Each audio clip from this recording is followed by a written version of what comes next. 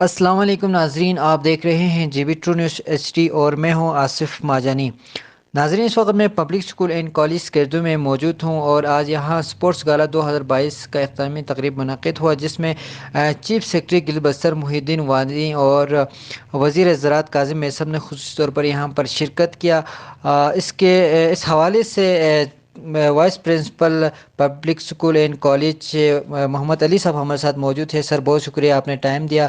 Sir, बताएं कि इस स्पोर्ट्स गाला से स्टूडेंट्स में किस हद तक उनके जो मेंटली और फिज़िकली उनकी फ़िटनेस के लिए मददगार साबित हुए, और इस पूरे जो इवेंट है, इस पूरे स्पोर्ट्स गाला के हवाले से आपके क्या तसर्रुआत हैं? सबसे पहले आपका शुक्रिया कि आप स्पोर्ट्स की इब्तिदाई तकरीब से लेके अभी तक आपने इसको कवरेज किया, आपका बहुत शुक्रिया।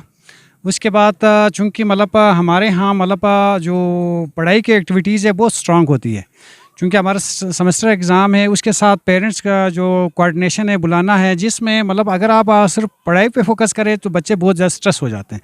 इसलिए हमारी पूरी जो सालाना कैलेंडर के अंदर हमारा स्पोर्ट्स एक्टिविटी था, तो अल्लाह का फ़ज़ल करम है, हमारा स्पोर्ट्स एक्टिविटी मतलब शुरू हुआ 18 तारीख से। वहाँ वक्फ़े से मैं इस आपके चैनल की वसातत से जीबी असम्बली के जितने मिनिस्टर साहिबान हैं उनका तहे दिल से शुक्रिया अदा करता हूँ कि वो वक्फ़े से यहाँ तशरीफ़ लेके आए और हमारे जो स्टूडेंट हैं उनकी हौसला अफजाई फरमाई। और स्पेशली इस मौके पे मैं चीफ सेक्रेटरी गिलगित बल्तिस्तान का शुक्रिया अदा करता हूँ कि 10 दिन में इस कॉलेज के अंदर इनकी ये दूसरी दफ़ा मतलब तशरीफ़ आवरी थी, जिससे हमारे बच्चों के हौसले बहुत बड़े हैं। बहुत शुक्रिया। बहुत शुक्रिया, मोहम्मद साहब हमारे साथ मौजूद थे, उन्होंने अपने ख्यालात का इजहार किया।